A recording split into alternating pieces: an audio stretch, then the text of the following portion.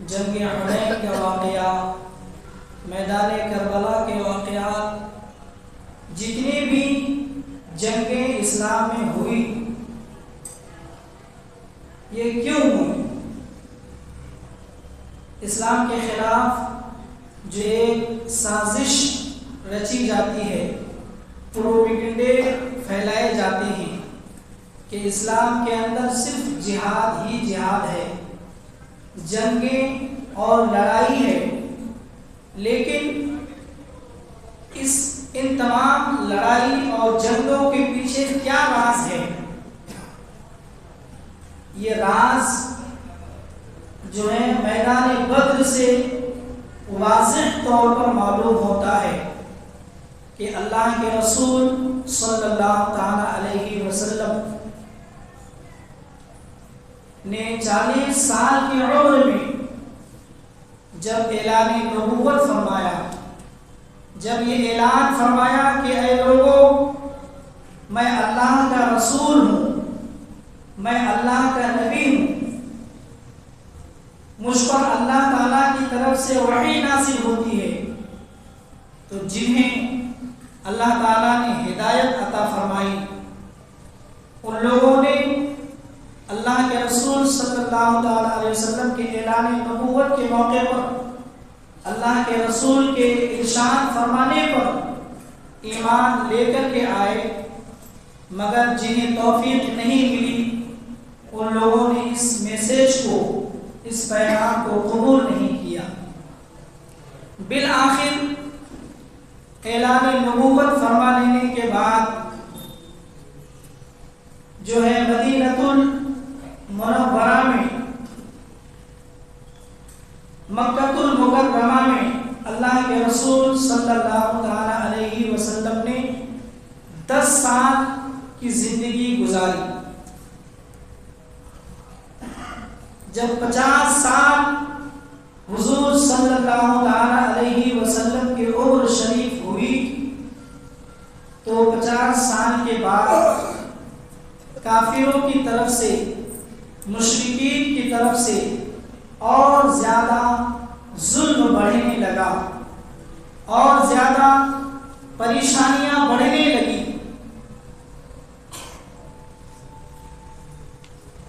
ان 10 سال میں سے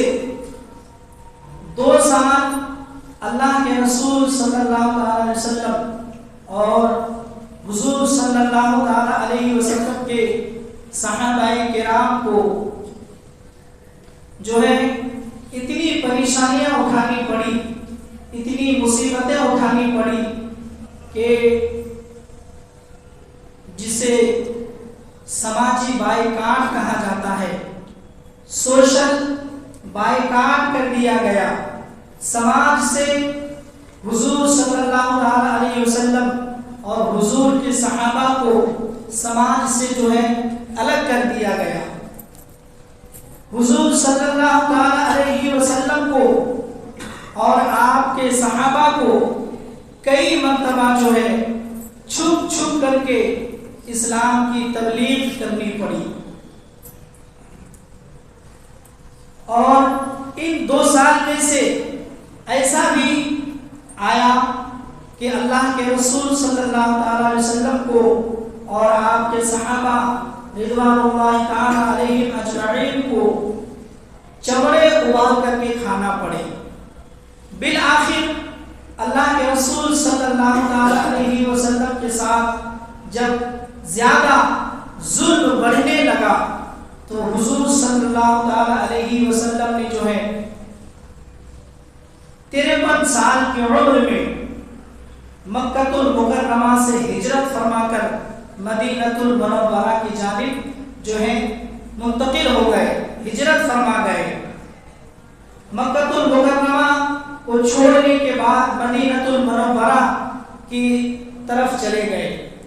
بالآخر حضور صلی اللہ تعالی علیہ وسلم جو ہے مدینہ المنورہ پہنچنے کے بعد وہاں پہ دوبارہ نئے طریقے سے مکانات بنائے گئے، نئی طریقے سے جو ہے مسجد تعمیر کی گئی، رہنے سہنے کے لیے جتنے بھی انتظامات ہو سکتے ہیں تمام تر انتظام کیے گئے، ایک نئی بنیاد کھڑی کی گئی،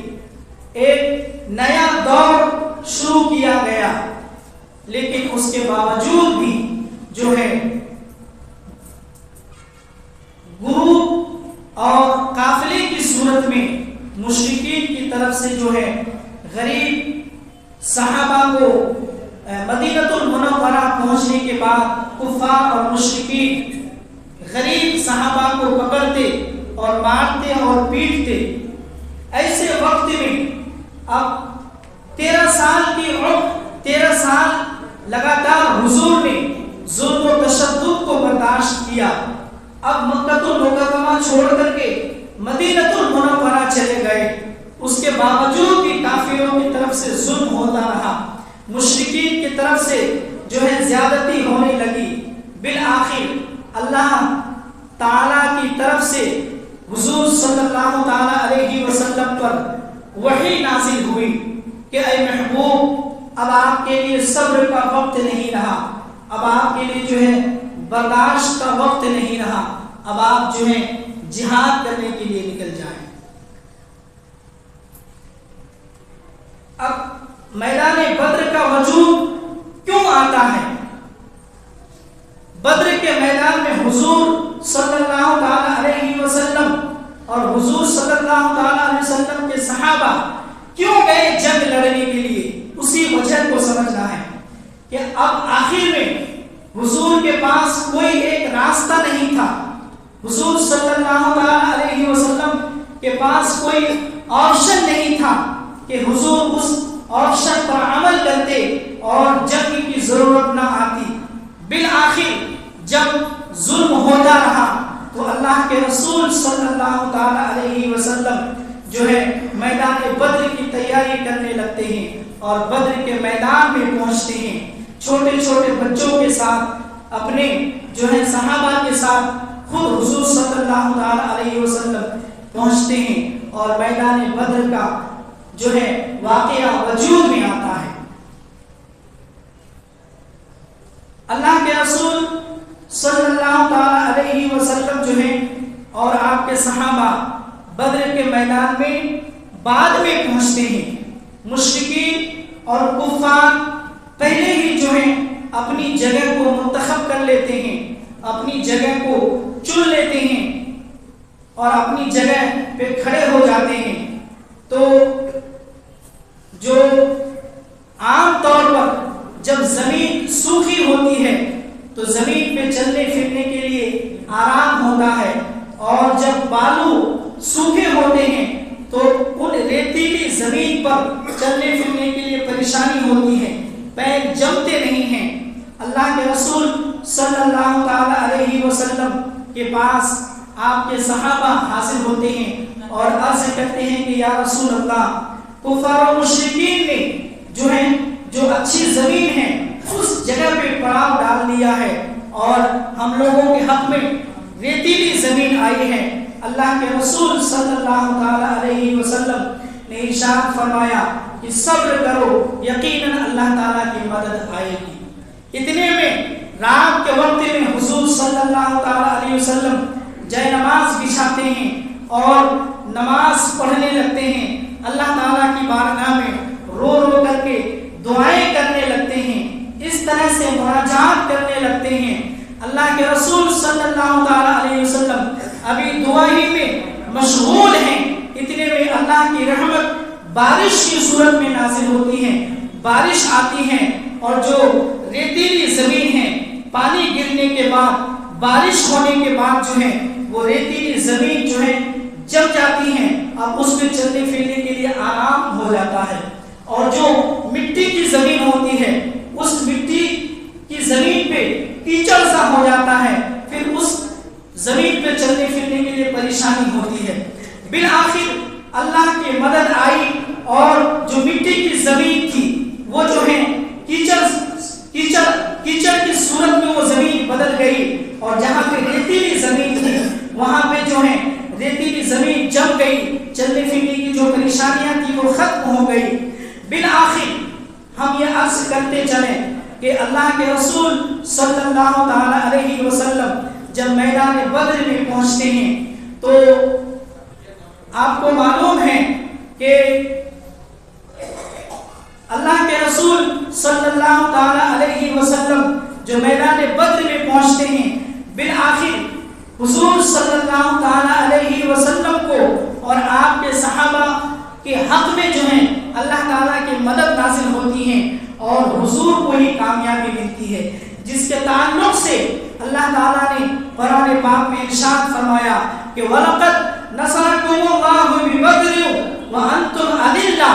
اللہ تعالیٰ نے تمہاری مدد فرمائی جبکہ تم بہت تھوڑے سے تعداد میں تھے، بہت تھوڑی سی تعداد میں تھے حضور صلی اللہ علیہ وسلم اور حضور کے صحابہ، لیکن کامیابی حضور کو ملتی ہے، کامیابی ایمان والوں کو ملتی ہے۔ جب میدان بدر کا مختصر میں آپ سنتے چلیں کہ جب میدان بدر کا وقت جب ختم ہو گیا تو صحابہ آپس میں کہنے لگے کہ ہم نے فلاں کو قتل کیا ہے، ہم نے فلاں کو جہنم پہنچایا ہے، ہم نے فلاں کا نام جو ہے نیست و نابود کر دیا ہے۔ اتنے میں جو ہے اللہ تعالیٰ کی آیت نازل ہوتی ہے، اللہ تعالیٰ نے 9 پارے کے اندر ارشاد فرمایا کہ فَلَمْ تَقْتُلُوهُمْ وَلَكِنَّ اللَّهَ قَتَلَهُمْ وَمَا رَمَيْتَ إِذْ رَمَيْتَ وَلَكِنَّ اللَّهَ رَمَى۔ اللہ فرماتا ہے کہ اے میرے ایمان والے بندو، جو تم نے قتل کیا ہے وہ ہاتھ تو تمہارا تھا، دراصل وہ مدد ہماری تھی، وہ تلوار تو تمہارے ہاتھ میں تھی، دراصل مدد وہ میری طرف سے تھی، دراصل تو تم نے قتل کیا ہے، حقیقت میں وہ میری طرف سے رحمتیں اور برکتیں نازل ہوئی ہیں، جس کی وجہ سے اللہ تعالیٰ جس کی وجہ سے میں نے تمہیں کامیابی عطا فرمائی ہے۔ تو ایمان والوں کے ساتھ جو ہے امتحانات آتے ہیں، ایمان والوں کے ساتھ پریشانیاں آتی ہیں، ایمان والوں کے ساتھ جو ہے تکلیفیں آتی ہیں، لیکن ایمان والے بندے، اللہ پر ایمان رکھنے والے بندے، حضور صلی اللہ علیہ وسلم کے سچے جو امتی ہوتے ہیں، ان لوگوں کے حق میں ہی اللہ کی رحمتیں نازل ہوتی ہیں اور ان لوگوں کو ہی کامیابی ملتی ہے۔ اللہ تعالیٰ نے جگہ جگہ پہ مومنین کے تعلق سے ارشاد فرمایا، دوسری جگہ اللہ تعالیٰ کا ارشاد ہے کہ وَلَا تَهِنُوا وَلَا تَحْزَنُوا وَأَنْتُمُ الْأَعْلَوْنَ إِن كُنتُم مُؤْمِنِينَ۔ اللہ فرماتا ہے کہ اے میرے بندو، ایمان والے بندو، تمہیں جو ہے غمگین ہونے کی ضرورت نہیں ہے، تمہیں جو ہے پریشان ہونے کی ضرورت نہیں ہے۔ وَأَنْتُمُ الْأَعْلَوْنَ، تم ہی کامیاب رہو گے، تم ہی سر بلند رہو گے، إِن كُنتُم مُؤْمِنِينَ، اگر تم سچے مومن ہو جاؤ، اگر ہمارا ایمان مضبوط ہوگا، اگر ہمارا ایمان کامل ہو جائے گا تو یقیناً اللہ تعالیٰ ایمان والے بندوں کو ہی کامیابی عطا فرمائے گا۔ فلسطین میں جو ہو رہے ہیں، آپ کو معلوم ہے کہ فلسطین میں کس قدر طاقتور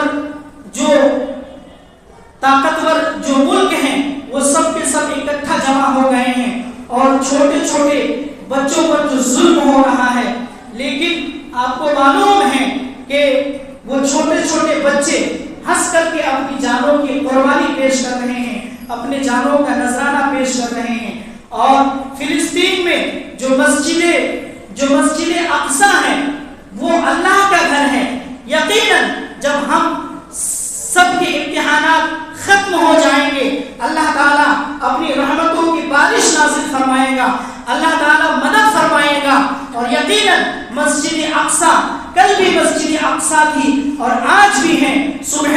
قیامت تک وہ مسجد اقصی ہی رہے گی، انشاءاللہ اللہ تعالیٰ حفاظت ضرور فرمائے گا۔